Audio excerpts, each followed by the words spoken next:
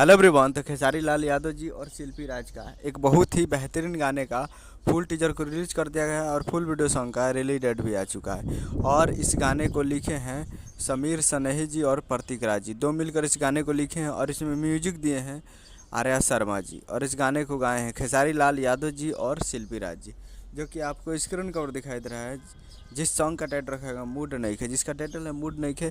और वीडियो में खेसारी लाल यादव जी और कोमल सिंह जी, फिट में है कोमल सिंह जी। और ये बहुत ही बेहतरीन टीजर है, आप देखिएगा तो मज़ा आएगा। और फुल टीजर को रिलीज़ कर दिया गया है और आप देख सकते हैं जो कि 7 घंटे में करीब 70,000 इस पर व्यूज़ हो चुका है और 15,000 करीब इस पर लाइक है और 1,000 करीब इस पर कमेंट है। तो बहुत ही बेहतरीन गाना है। तो आप लोग अभी तक इस गाने का टीजर को नहीं देखे हैं तो आप लोग टीजर जाकर देख सकते हैं। और फुल वीडियो सॉन्ग के लिए कल सुबह हम तैयार रहेगा। फुल वीडियो सॉन्ग को रिलीज़ किया जाएगा 18 तारीख को सुबह 6:30 पे। तो 18 तारीख को सुबह 6:30 पे फुल वीडियो सॉन्ग के लिए तैयार रहेगा।